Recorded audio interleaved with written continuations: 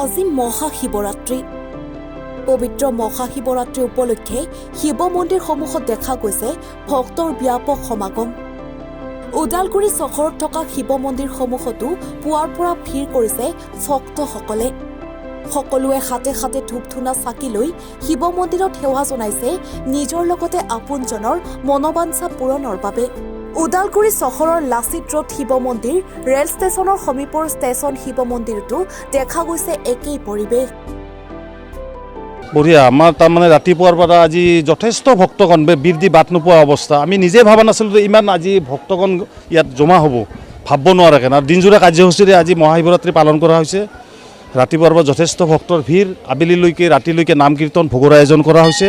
আৰু আমি ৰাতিলৈকেতো আৰু বহুত ভক্ত মানে আগমন হ'ব বুলি আমাৰ মানে আশা। আৰু সেয়েহে আমি আজিৰ দিনটো মানে ভালে ভালে পাৰ হৈ যোৱাটোৱে ভগৱান আমাৰ শিৱজীৰ ওচৰত আমি মূৰ দোৱাই প্ৰাৰ্থনা জনাইছোঁ।